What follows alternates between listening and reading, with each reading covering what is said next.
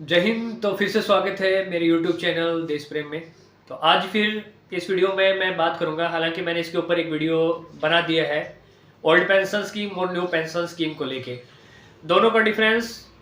क्योंकि बहुत से ऐसे लोग हैं जिन पे न्यू पेंशन स्कीम लागू कर दी गई लेकिन उन्हें जानकारी नहीं थी। वक्त के हिसाब से जब जैसे जैसे उनका रिटायरमेंट का टाइम नज़दीक आया तब उन्हें एहसास होने लगा, जब उनकी पेंशन 20 साल 30 साल सर्विस करने के बाद में 2700 3000 के आसपास जब उनकी पेंशन बन रही है न्यू पेंशन स्कीम के अकॉर्डिंग, तब उनको पता चला कि ये तो बहुत ज़्यादा नुकसानदायक है हमारे लिए। अच्छी बता के जो स्कीम हमें लागू की गई थी 20 साल पहले, कहाँ शेयर बाजार था जब ये पेंशन स्कीम में पैसा इन्वेस्ट किया जाता था, तो शेयर बाजार बहुत उसके बाद में बहुत अप गया है, बहुत ज़्यादा उसने मुनाफा कमाया है। लेकिन अगर हमारे पेंशन फंड में जमा किए गए जो पैसे का अगर हम देखें हिसाब किताब, तो उसमें अभी तक 20 साल के बाद जिन्होंने पैसा जमा किया तो उनको 8% इंटरेस्ट मिल रहा है।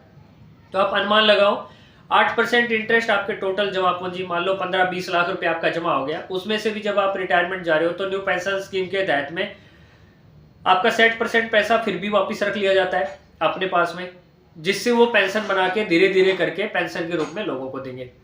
जबकि पुरानी पेंशन स्कीम में ऐसा नहीं था। पुरानी पेंशन स्कीम में जो भी रिटायरमेंट जाता था तो कोई भी पैसा उसका जमा नहीं किया जाता था। जो उसकी लास्ट पेंशन होती थी, लास्ट जो सैलरी होती थी उसका 50%, वेतन का 50% से उसकी पेंशन बना दी जाती थी। मान लो किसी की 30,000 रुपये उस टाइम जाने के टाइम में उसकी बेसिक पेंशन थी, तो 15,000 रुपये पे का 50% उसकी पेंशन बनती थी। लेकिन न्यू पेंशन स्कीम के तहत जब पता चला कि यार ये तो बड़ा ही लॉस का काम हो रहा है, लोगों को आज के टाइम में सोचो 2-3 हज़ार रुपये में घर का खर्चा जो होता है वो निकालना मुश्किल होता है, तो ऐसे में एक बहुत बड़ी समस्या खड़ी होगी। अब लोग जो है इस बात को लेके जागरूक हो रहे हैं और धीरे धीरे सरकार पे इस चीज़ को लेके मांग कर रहे हैं कि पुरानी पेंशन स्कीम को ही वापस फिर से लागू किया जाए और ये नई पेंशन स्कीम को बंद किया जाए। दो बड़ी रैलियां इसको लेके दिल्ली में हो चुकी हैं। दिल्ली में लाखों की तादाद में जो कर्मचारी थे, जितनी भी पैरामिलिट्री फोर्सेज हैं उनकी पेंशन बंद है, जितने भी स्टेट गवर्नमेंट के कर्मचारी हैं उनकी बंद है, रेलवे की बंद है। आर्मी की पेंशन हालांकि पुरानी पेंशन स्कीम के तहत कंटिन्यू है, आर्मी को मिलती है। और जो नेता हैं, नेताओं ने इस मामले में बहुत भेदभाव किया है जनता और कर्मचारियों के साथ। अगर देखा जाए तो उन्होंने बहुत बड़ा भेदभाव किया। उन्होंने अपनी पेंशन स्कीम में कोई बदलाव नहीं किया, खुद की पेंशन पुरानी पेंशन स्कीम के तहत ही रखी गई। जो एक नेता 5 या 6 साल अपना कार्यकाल पूरा करता है और पूरा करने के बाद वो पुरानी पेंशन स्कीम के तहत 25 से 30 हज़ार रुपये वो अपनी पुरानी पेंशन ले रहे हैं, इसके बावजूद भी अगर वो 2 बार नेता बना, 3 बार नेता बना, तो उसकी पेंशन उतनी बार ही होती है। 2 बार बन गई, 3 बार बन गई, 2-2 3-3 बार से भी ज़्यादा लोग जो नेता हैं 3-3 4-4 बार भी पुरानी पेंशन स्कीम के तहत पेंशन उठा रहे हैं। लेकिन उन्होंने बंद किसकी की? जनता की, जो जो कर्मचारी हैं उनकी बंद की। जब भी कभी बात आती है उनको पैसा देने की, तो जब कर्मचारियों को पैसा देने की बात आती है, यहाँ तक कि जब डीए भी देना होता है, महंगाई बढ़ती है, उसका बोझ जनता पे नहीं पड़ता। लेकिन जैसे ही डीए देने की मांग होती है, डीए 2% 3% कभी भी देते हैं, तो बड़े बड़े आर्टिकल छप जाते हैं कि देश के ऊपर इतने करोड़ रुपए का भार पड़ेगा। अरे भाई, बाहर पड़ेगा तो जो जनता से जितना वो ले रहे हैं हर किसी के टैक्स के रूप में, आप कहाँ टैक्स पेड नहीं करते? आप स्टार्ट से लेके हर चीज़ का, आप सामान खरीदने से लेके टैक्स पेड करना शुरू करते हो। टोल टैक्स जैसे पता नहीं कितने ज़्यादा, जीएसटी वीएसटी सारे टैक्स मिला के आप कैलकुलेट कर दो, तो आप हर चीज़ के ऊपर में एक आदमी को कितना टैक्स पेड करना पड़ता है। जो जनता पे भार पड़ता है, महंगाई की मार पड़ती है, उन सारी चीज़ों को वो कभी दिखाते नहीं है कि उनके ऊपर में कितना लोड पड़ रहा है हर महीने का। लेकिन जब कभी भी कोई थोड़ा सा भी 3% 4% डीए देने की बात आती है, तो शो करेंगे कि इससे देश के ऊपर आर्थिक भार पड़ेगा, वो पड़ेगा। अभी भी वही मामले उठ रहे हैं। जब पुरानी पेंशन स्कीम को लेकर तुलना की जा रही है तो देख रहे हैं कि इतने लाख कर्मचारी हैं, अगर उनको पुरानी पेंशन दी जाएगी तो इससे देश के ऊपर आर्थिक बोझ पड़ेगा, वो पड़ेगा। तो भाई बोझ पड़ेगा तो इन्होंने ये बलिदान सबसे पहले नेताओं ने अपने लिए क्यों नहीं किया? ये जो नेता थे इन्होंने अपनी पेंशन बंद करनी चाहिए थी ना सबसे पहले। जब ये इन्होंने फायदे सोचे थे, इसको जब न्यू पेंशन स्कीम को लेके बताया था कि इसके फायदे ज़्यादा हैं और शेयर मार्केट के अकॉर्डिंग ज़्यादा पैसा मिलेगा, तो ये सबसे पहले अपने पे लागू करना चाहिए था उनको।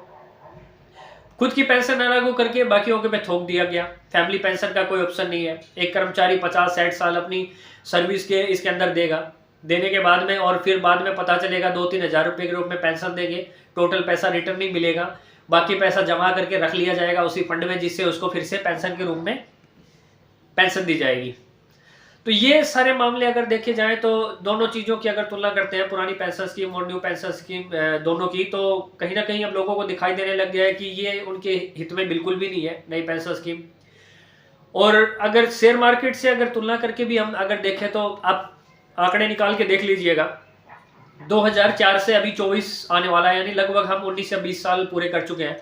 4 के बाद से न्यू पेंशन स्कीम लागू की गई थी। 2004 में जो शेयर मार्केट की हालात थी, शेयर बाजार 2004 में कहाँ पे था और आज 2024 में शेयर बाजार कहाँ पे है, कितने गुना, यानी आपका जो पैसा कंपनियों में लगाया जा रहा है वो कितने गुना तक उनको प्रॉफिट हो सकता था या कितना गुना होना चाहिए था, लेकिन सिर्फ 8% के वो इंटरेस्ट के साथ में हमारा जो जमा पैसा है उस पैसे को दिखाते हैं कि आपका इतना पैसा अभी तक इकट्ठा हुआ है।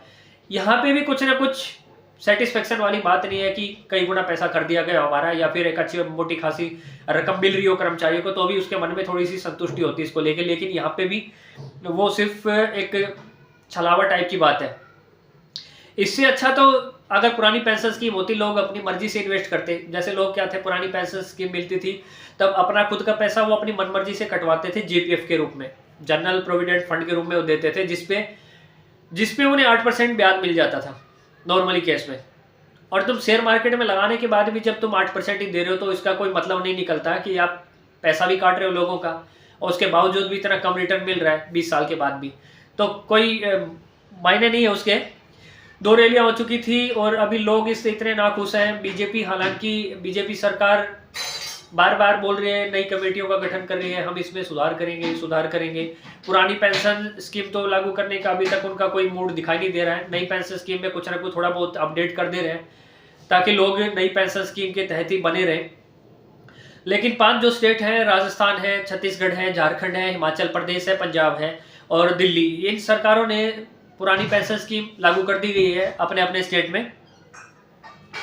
जहाँ पे कांग्रेस की सरकारें थी तो कांग्रेस कहीं ना कहीं इस पक्ष को लेके, अगर चाहे जो भी देखिए, वो विपक्ष में है या पार्टी अभी मैन पार्टी के रूप में नहीं है, शायद हो सकता है वो इसको मुद्दा बना के अपनी वोट बैंक बढ़ाने के भी इच्छुक हो। लेकिन जो भी है, उसने 5 स्टेट में फिर भी पेंशन स्कीम को लागू किया है और आगे भी बोल रही है कि अगर हमारी सरकार आती है तो वो इस मुद्दे को लागू कर देगी, पुरानी पेंशन स्कीम को लागू करेगी।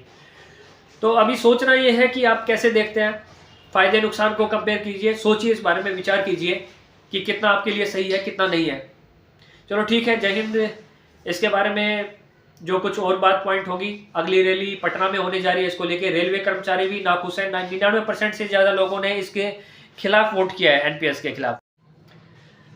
अभी तक स्टेट गवर्नमेंट के ज़्यादातर कर्मचारी जो इसकी मांग को लेके रैलियां करते आ रहे थे, तो अभी रेलवे भी इस मामले को लेके थोड़ा सा जागरूक हो चुका है और वो भी अपनी अभी हड़ताल करने के पक्ष में है। रेलवे ने अभी कुछ दिनों पहले से लेके अपने अपने बाकी कर्मचारियों से इसके बारे में उनके विचार लेने के लिए मतदान कराया कि कितने लोग नई पेंशन स्कीम के फेवर में है, कितने लोग पुरानी पेंशन स्कीम के फेवर में है।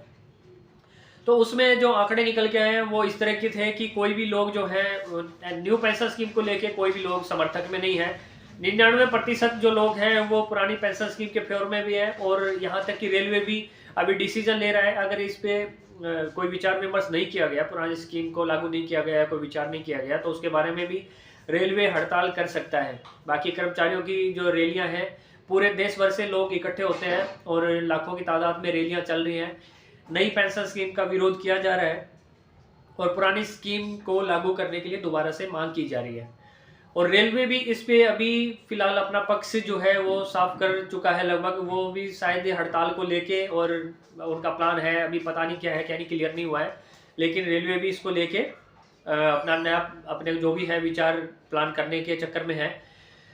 तो जो भी कर्मचारी हैं वो जो भर्ती हो चुके हैं या जो होने के इच्छुक हैं, यानी जो भी भर्ती हो रहे हैं, कहीं भी लगा लो, किसी भी स्टेट गवर्नमेंट के लगा लो जो भी, तो उनको अपने बारे में सोचना होगा खुद को। सरकार उनके लिए क्या कर रही है, क्या नहीं कर रही है, कौन सी सरकार उनका कितना फायदा कर रही है, कितना उनके बारे में सोच रही है, ये सब उन कर्मचारियों को भी दिखाई देना चाहिए। जो लोग हैं उन्हें पता चलना चाहिए कि अगर इतने कर्मचारी उसके खिलाफ अगेंस्ट में हैं, नाखुश हैं, तो क्या सरकार उनकी मांगों के ऊपर विचार कर रही है या नहीं कर रही है, या उनको बिल्कुल अनदेखा कर रही है? तो इस बारे में भी आपका अपना विचार है, आपको इस बारे में विचार करना चाहिए। चलो ठीक है, ये मुद्दा था। अगर आपको लगता है कि इस मुद्दे को गौर करना चाहिए और समर्थन करना चाहिए तो ज़्यादा से ज़्यादा सपोर्ट करें, इस वीडियो को ज़्यादा से ज़्यादा शेयर करें, और अपने बारे में सबको पता होना चाहिए। बहुत से लोग ऐसे हैं जिनको अपने बारे में जानकारी नहीं है, यानी उन पे ठीक है जो लागू कर दिया गया। अभी तक कई ऐसे लोग हैं जिनको पता नहीं है कि इसका क्या फ़ायदा क्या नुकसान है करके फिर भी चले जा रहे हैं। तो उनको जागरूक होना पड़ेगा, अपने बारे में सोचना पड़ेगा। ठीक है, जय हिंद, जय भारत।